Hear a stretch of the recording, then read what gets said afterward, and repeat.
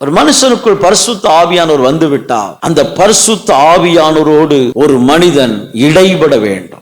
ஆவியானவருக்கு நேரம் கொடுக்கணும், ஆவியானவரோடு பழகணும், ஆவியானவரோடு பேசணும், ஆவியானவரோடு நெருக்கம் கொள்ளணும். அப்படி நெருக்கம் கொள்ளும் பொழுது ஆவியானவர் அந்த நபரோடு வெவ்வேறு விதமான ஞானத்தை கொடுப்பார், வெவ்வேறு விதமான அறிவை கொடுப்பார். மற்றவர்கள் ஆச்சரியப்படத்தக்க அளவுக்கு இந்த அறிவு, இந்த யூகம், இந்த யோசனை அவர்கள் வாழ்க்கையில் வெளிப்படும். நான் சொல்லுகிறேன், இந்த 4 கூட்டத்துல ஒன்று கர்த்தருடைய சத்தத்தை கேட்கிற கூட்டமா இருக்கணும், இன்னொன்று ஆவியானவரால் நடத்தப்படுகிற கூட்டமா இருக்கணும். நானும் ஒரு நபரா இருக்கிறேன், அந்த லெவலுக்கெல்லாம் கிடையாது. ஆவியானவரால் நடத்தப்படுகிற நபரா இருக்கிறேன். ஏதோ அவங்க செய்யறாங்க, அவங்களுக்கு பின்னாடி நான் கொஞ்சம் சப்போர்ட் பண்றேன், துணை செய்கிறேன். இல்ல, என்னை ஆவியானவர் நடத்துகிறார், எனக்குள் ஆவியானவர் போதிக்கிறார், எனக்குள் ஆவியானவர் இடைவிடுகிறதை என் எஜமான் பார்க்கிறான், என் வீட்டில் உள்ளவர்கள் பார்க்கிறார்கள், என் குடும்பத்தில் உள்ளவர்கள் பார்க்கிறார்கள்.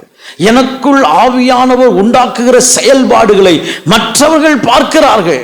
ஆகவே என்னை அவர்கள் கனம் பண்ணுகிறார்கள்.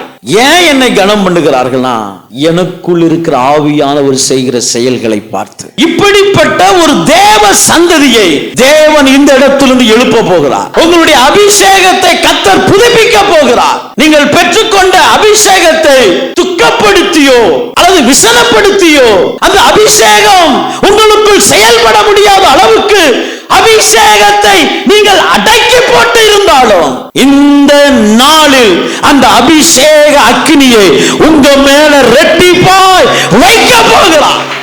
உங்களுக்குள்ளாக தேவன் தம்முடைய பிரசன்னத்தை அனுப்பி யோகித்து யோசித்து செய்யக்கூடிய வினோத காரியத்தை செய்யக்கூடிய அப்படிப்பட்ட